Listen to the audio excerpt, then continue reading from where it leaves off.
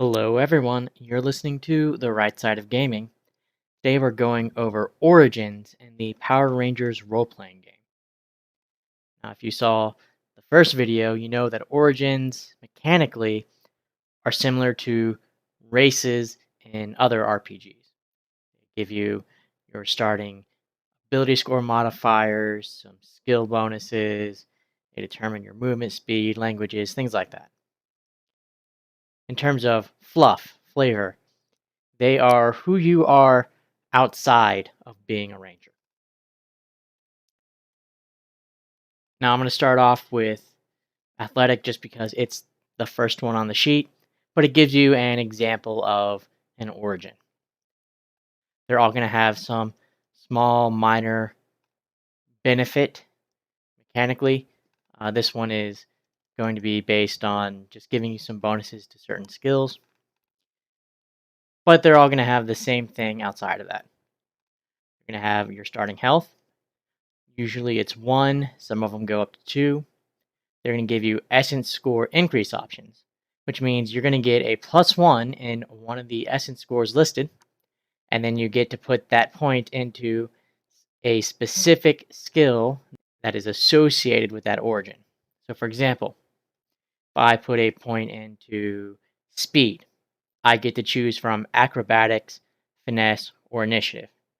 I don't get to put my skill point into, say, targeting. It has to be something on this list. It's also going to give you your basic ground movement and tell you how easily you learn new languages.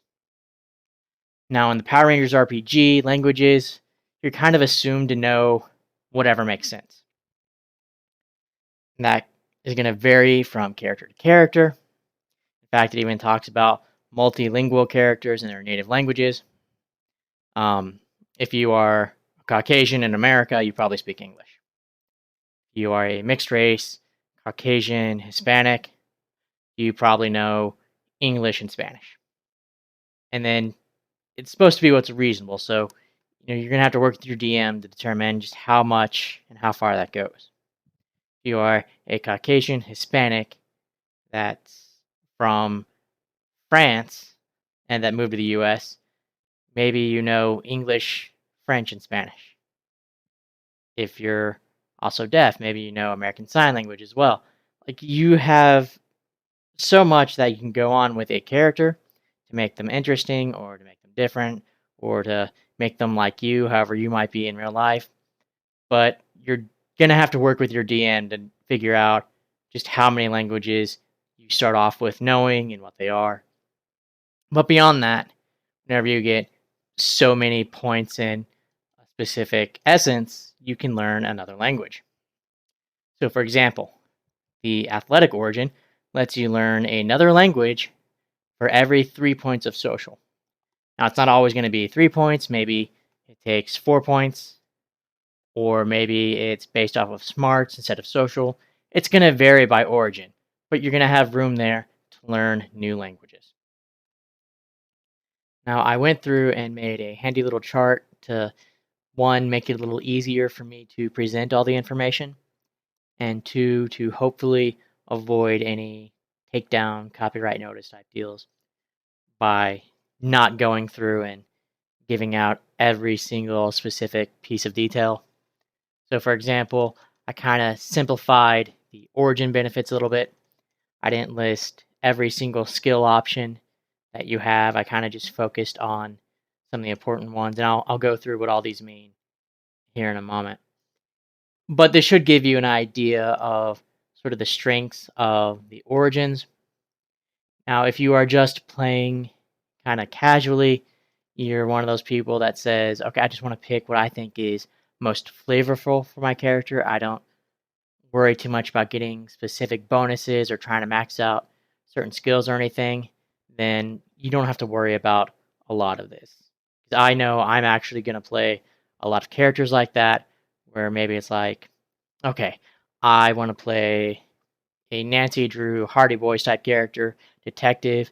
I know I'm going to want to make them curious, regardless of what stats or bonuses they get, and I will just make it work. You can absolutely play like that. This comparison that I'm going into is a little bit more for people that want to min-max, get specific bonuses, things like that. So to start with, you can kind of see the breakdown of health. You got a good mix of origins that get just 1 health or that get bumped up to 2. That's not a huge deal, especially since everyone can kind of put points into, I think it's endurance to get more health. But, it's an option, especially if you know you want to play a more tanky character or someone that's really going to get up there in the thick of things, surrounded by enemies. Maybe you want that extra health boost. We have the essence options listed. Most just let you choose between 2 options, though some will let you choose between all 4. And again, they have specific skills associated with them. Now, I've only picked out the combat skills, your various attack types and initiative, because if you don't really care about min-maxing, then the other skills aren't too big a deal, and you can find one that has what you're looking for. Like maybe you want to play a really techie type of character, you can go through and see what gives bonuses to technology. Maybe you want to play the theater kid, you can go through and pick out something that gives a bonus to performance. And you're not too worried or hung up on it. Again, this is for a little more of the min-maxing type people, where you really want to make sure that you're getting like those bonuses to specific skills. So you have might, and that is your strength-based melee attacks. Finesse, your speed-based melee attacks. Initiative, which just lets you go sooner in combat. And oddly enough, you don't really have anything for targeting. That's your ranged attacks. Although you can use athletics, which we have over here, and I'll get to that in a moment, to make thrown attacks. So if you use your strength to throw something, you're using athletics to make an attack. But you can see that athletic, cynical, oddball, and rebellious are the ones that are going to give you bonuses to those combat-related skills. Now, in terms of movement, you have most of them giving you 30 feet of movement, but there's one brainy that gives you 25 feet, and then curious and athletic give you 35 and 40 feet respectively. This isn't going to be a huge deal for most characters. I did want to pick it out a little bit just because there is a Green Ranger option. If you're not aware, the Green Ranger gives you different bonuses based on what type of weapon you choose for your sort of special weapon. And for one of them, the penalty associated with it is minus 10 feet of movement, which isn't a big deal if you're playing, say, an athletic or curious character, because then you're bumped down to 25, 30 feet. But if you use that on a brainy character, you're moving about half as far as everyone else, because you're going to be down to 15 feet instead of 30. Again, maybe that's not a big deal to you. I did just want to make sure I picked that out. As far as the notable skills, these are all related to some of the Ranger's class options. The red, green, and pink Ranger all have some abilities related to sort of avoiding damage that are athletics or acrobatics based. And then the yellow Ranger has an ability that lets them sort of see through and negate some enemy defenses, and that's based off of alertness. So I made sure to pick those out. You'll see, though, that based on just these notable skills and the combat skills, every origin has something that you can benefit from in combat. Although some of them it's more generic, others it's really beneficial to specific types of Rangers. But I don't want you to feel like you're going to be penalized for picking a specific origin, or at least in terms of combat. Finally, we have the origin benefits. You're more than welcome to read through and see if there's anything that really interests you. There's definitely some fun ones there. Athletic could be fun. Brainy would be really helpful, especially if you're one of those people that might struggle with some of the puzzles and stuff. Things like that. But I really wanted to pick out 4 in particular. The first is comedic, which is a way to get more story points, which is a fun way to, I guess, make changes to the story or to get rerolls, things like that. And while you do have ways to generate them normally, you don't have a whole lot outside of that. So this is a good way where, if you really want to play at more of those points, you can do comedic, get a few extra. And we saw this in the Power Rangers sort of live play that Renegade Games put out. It's really a fun way to, one, keep everyone laughing, but it rewards people for just making the game entertaining for everybody. Because you get a story point when you make your teammates laugh or the DM laugh. And honestly, most people are just going to be cracking jokes at the table anyway. You also have three of them: Curious, Oddball, and Rebellious, that lets you get a general perk at your starting level, which to a lot of people may not be a big deal. Maybe some builds might be a little more perk based than others if you're going for something specific. But this is really important for people that want to play some of the advanced spectrum classes. Now, if you're not aware, red, blue, yellow, green, pink, black, these are your basic classes, your basic roles. Anyone can start off as one of those roles.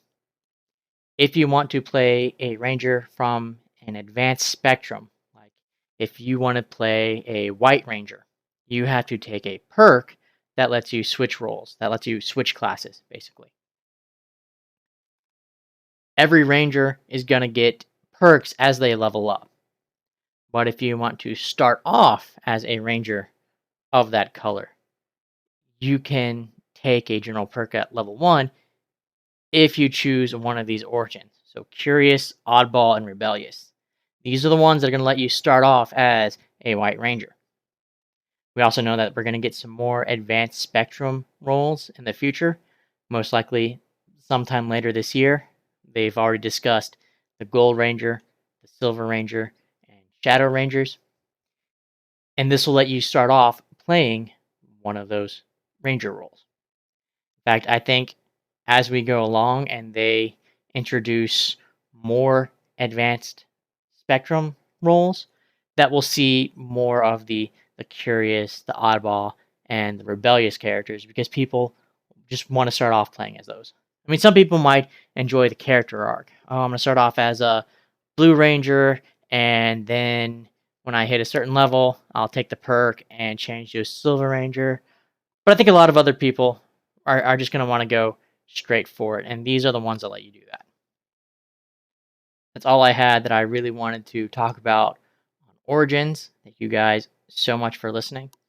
If you want to leave a like, comment, subscribe, that'd be great. If there's an origin in particular that really jumps out to you, either as something that'd be fun to play or that you think might be a little better or worse than the others, feel free to leave something about that in the comments.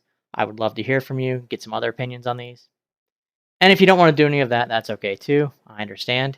Either way, I hope you have an awesome day, and I will catch you next time.